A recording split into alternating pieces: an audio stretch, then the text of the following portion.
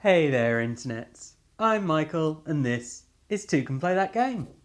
And today I'm bringing you the 13th instalment of Game Night in Review, where I talk about the games that me and others have been playing at Games Night. Now, usual caveats apply that these are not full reviews whereby I've done lots of playtesting with variable player numbers, etc. This is just my kind of opinions and just a brief discussion really about those games. So in this episode we will have Powergrid, Concordia, Cosmic Encounter and the Grizzled. So that'll be this episode if they're of any interest. So what I'm going to do is, as normal, I'm going to start by talking about the games that other people played that I didn't. Now, you will have noticed I don't have any boxes around like I often do for Game Night in Review, and that is because none of the games being played I actually own, for a change, which was interesting. Now, the first game I'm going to talk about, I do actually want to get though, and that is Powergrid. Now, it seems that the games other people were playing were very Rio Grande games focused, because we had Powergrid and Concordia. But let's start with Powergrid, because I have played that. I would really like to get it. For those of you who don't know what Powergrid is, thematically wise, you're each energy moguls, if you will, trying to provide the most power to the world. And you're providing power to various cities in order to win the game. I think you win the game by reaching a certain number of cities powered. Or no, you end the game by building a certain number of cities, and then the winner is the person who's powering the most. So that's quite interesting there. The way this all works is each round you kind of do a bidding for the available power plants. I'm not a huge fan of bidding in games for the most part. However, I have enjoyed it in Powergrid. I've only played this 2-player so far though, and I think I was actually surprised that the bidding did seem to work okay on a 2-player. It was maybe a little flat, but maybe it's just because I'm not keen on bidding in general, that it was just kind of basically a buying, so it worked fine for me. So yeah, you do this buying and then you have to fuel your power stations in order to be able to provide the power. And what that means is you have to get the resources. Now, there are several power stations that become available throughout the game, and better ones become available as the game progresses, that don't require any fuel. These are, of course, our renewable energy sources, wind farms, solar farms, etc. But for the most part, you'll be starting off needing to buy like oil or coal in order to power these plants. And the way the game works with regards to buying those resources is really interesting, because there's a fixed amount of resources supplied each round, but you may be buying more than that, and the less there is of something, the more expensive it is. So there's this real supply and demand aspect going on in this game that works really nicely. Now, it is kind of a pain to set up and to manage as you're playing. It's a bit fiddly, but it does actually work really nice and create this game that's constantly swinging and changing as people are going after different power plants. So that works really nicely, and as I said, I think the bidding works really nicely. You gain money each round based off how many cities you are actually powering. So the more you power, the more it's kind of a rich get richer feel to it often in that respect. But it is a fun, enjoyable Eurogame to my mind. So that's one that other people were playing. I wasn't actually playing it last night. As I say, is one I would like to play more often, and it is on my list of games to get. So next we have Concordia. Now this is another Rio Grande game. It's an area control game. It's been around a couple years now, but I've never really, I don't know, it's just I've not been inspired or had the opportunity particularly to play it, and there's nothing about the game that makes me run out and want to play it. So I've never played it, and it looks like it will be an okay Euro area control game. But yeah, there's just nothing really gripping me about it, you know? And you might love it, and maybe I'm wrong to have not jumped on it sooner. But, you know, I now know there are people in Game Group who have that, so maybe one day I will get round to playing it. So that's all the games I'm going to talk about that other people were playing. I think there were a couple of other small card games I didn't really pay a lot of attention. This was at the end of the night. So let's move on now to talking about the games that I actually played myself.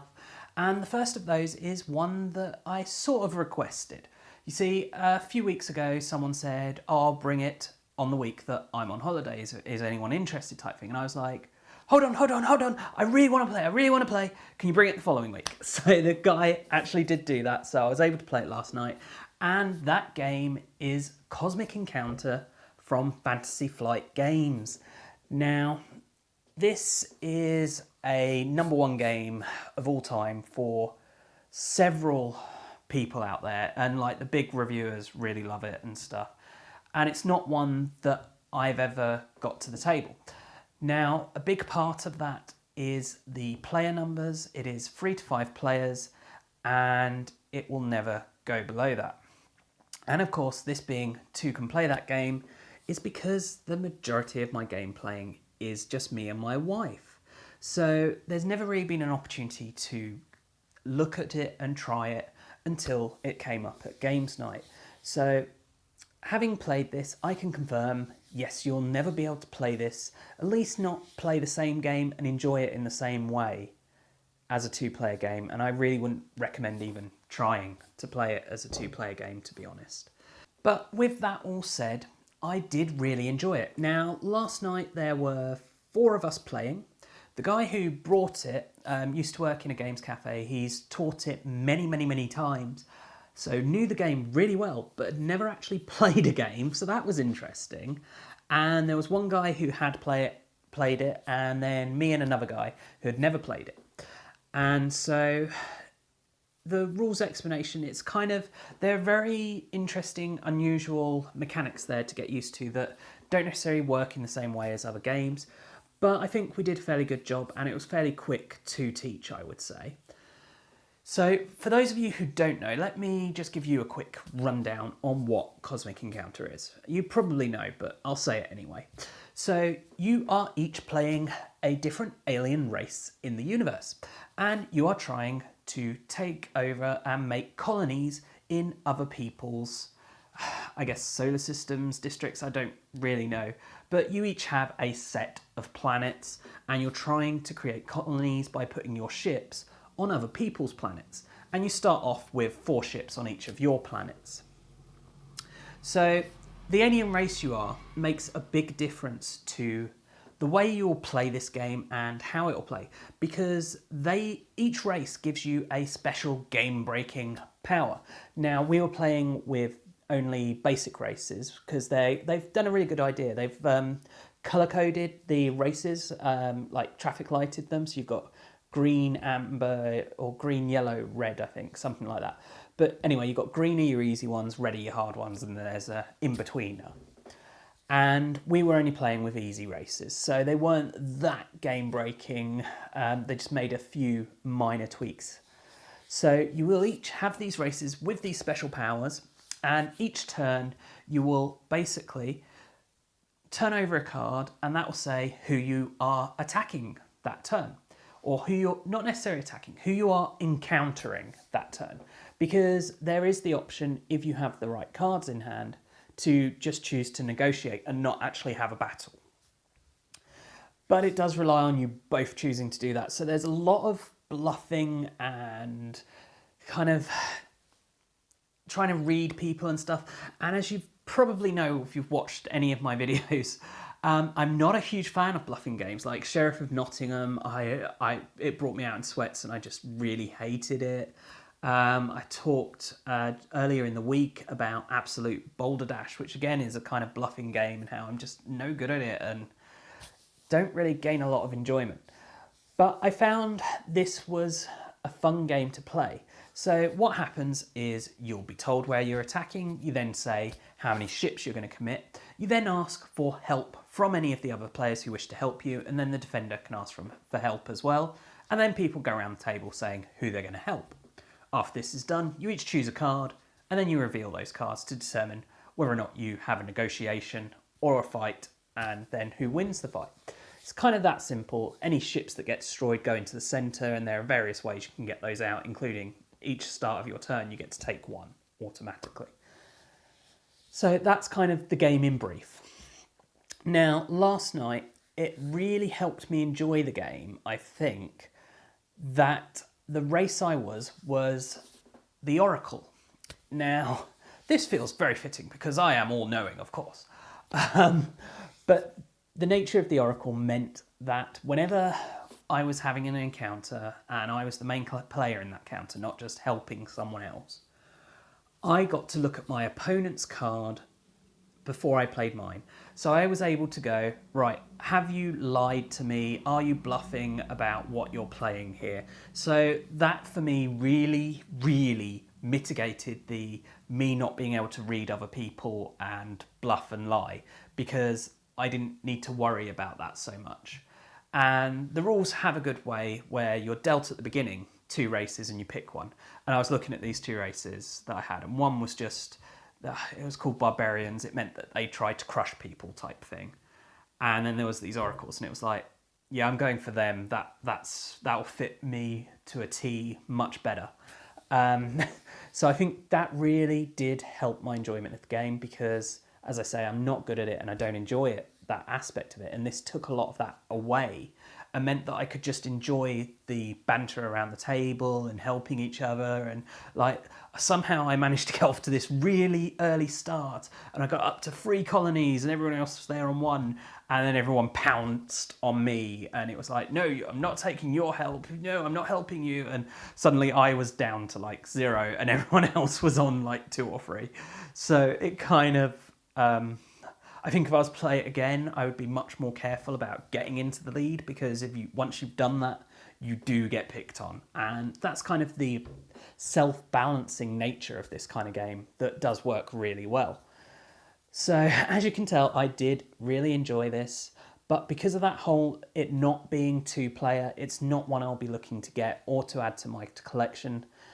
However, if someone happened to have it or bring it to a game night and there were enough people to play, I would very happily play it again. So that's kind of my thoughts on Cosmic Encounter. Hopefully I've not yammered on too much about that. So that was the main game that I played last night, and as I said, that was requested. Now, the same guy who brought Cosmic Encounter also brought a newer game, which came out, I think, last year, which was from Call Me or Not, and was the Grizzled. So, you know, Call Me or Not, you expect miniatures games, and this was not. This is a card game.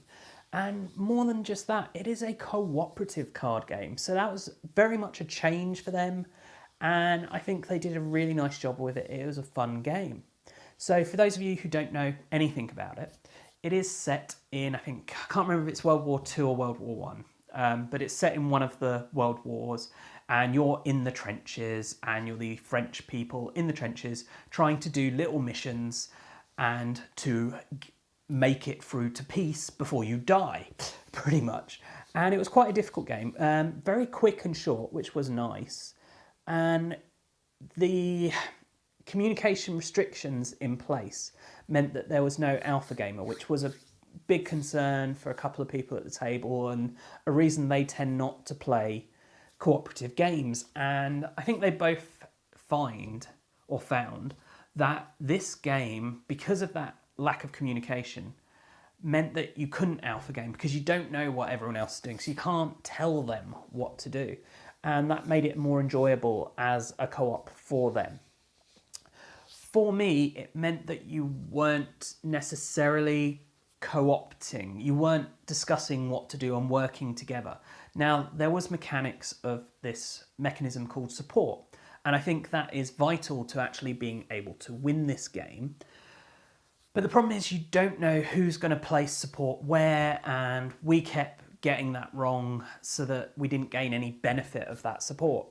And I think that was what cost us the first game, and it didn't help that the first game we played, I had a load of cards in my hand. There was 4 of us playing, and I was the last player in the round, and everyone else went, and it was like, if I play a single card, we have lost this mission. So immediately I was left with a handful of free cards that I couldn't get rid of. And of course I haven't told you what the game's about, how you play the game, so you're probably a bit confused right now. So let me just say, what you have is you have 2 decks of cards. Underneath one is peace, underneath one is death. And what happens is each round you will draw a number of cards off of the peace pile and distribute them amongst the players. Then at the end of the round, you refill that peace pile from the death pile with the number of cards left in people's hands, a minimum of 3 though. So the fact that I had 3 cards meant if anyone else had any left, we were getting more than the minimum put on. So that was kind of bad for us. And I never really recovered from that first bad turn of being stuck with a lot of cards. And I think that was very much a hindrance. And then towards the end of that game, you have these like conditions or wounds that sit in front of you. If you get too many of those, you die. And I just kept getting more and more of them. Every time we drew cards, it was like more conditions. So I couldn't play them because if I did, I would die. And the only way to get rid of them was for people to cooperate on support, but you aren't allowed to say who you're giving support to. So, and we kept getting that wrong. And yeah, that did not go well. The second game we did actually win though. So yay, we won 1 out of 2. That's not too bad. But yeah, as you can tell, I actually really did enjoy the Grizzled. It felt very thematic. A lot of people really like the artwork, and it feels almost talking ill of the dead because they're one of the artist is one of the guys who was killed in the massacre in France, which is very sad. And I don't want to speak ill. It's just the artwork isn't to my taste. It's not that it's bad. It just isn't to my taste. As I say, I feel really guilty saying that, but yeah, I mean, it was a really fun co-op game, and I think each game took maybe 20-30 minutes, so it was nice, it was quick. The way the mechanics all worked together was really good. So you're playing your cards out into the centre, into no man's land, and cards will have either symbols on, like a gas mask, a whistle, or a bullet, or they'll have weather conditions such as snow, night, or rain. If at any point you have 3 of those out in no man's land, 3 of any of any one type of those, let's be clear on that, you lose the mission. So you're trying to just play a card each turn going round the table. And if you can't play any, you can do the Rift War where you say who you're going to give support to, and then of course that means whatever cards you have in your hand, you're going to have... Yeah, you're getting the idea anyway. It was really thematic though. The whole no man's land, not that thematic, but the ailments you had and the way you had the speeches, roaring speeches you could give and stuff like that. It was mainly the ailments though. Those ailments really felt thematic. And like there was one where you became mute, you couldn't talk, and it felt appropriate. It really did. And you didn't think, oh, this is so annoying, I can't talk now. You were there going, right, I can't talk, this is great fun.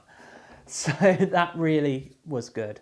If you haven't guessed, the Grizzled was my favourite game of the night. It's not that I didn't enjoy Cosmic Encounters, because as I say, I really did. It's just that kind of bluffing aspect. I think if I'd been playing a different race, I would have enjoyed it much less than I did. And it doesn't play 2-player, whereas the Grizzled, you could play this 2-player. I think maybe it would be a bit on the easy side if you were to play it as a 2-player game. But you could do it. And with more people, it was really fun. And you didn't mind if you won or lost. It was just the challenge of it. It did feel difficult. It felt like at any moment the balance could tip and we could lose. So that is all the games that I played or saw being played at Games Night, and I do hope that you have enjoyed this video. Of course, if you have, please do check out the rest of the videos on the channel, and of course subscribe and share the channel with your friends and family. Also, please do check us out on social media. We are on Facebook and also on Twitter. And as always, thanks for watching and bye for now.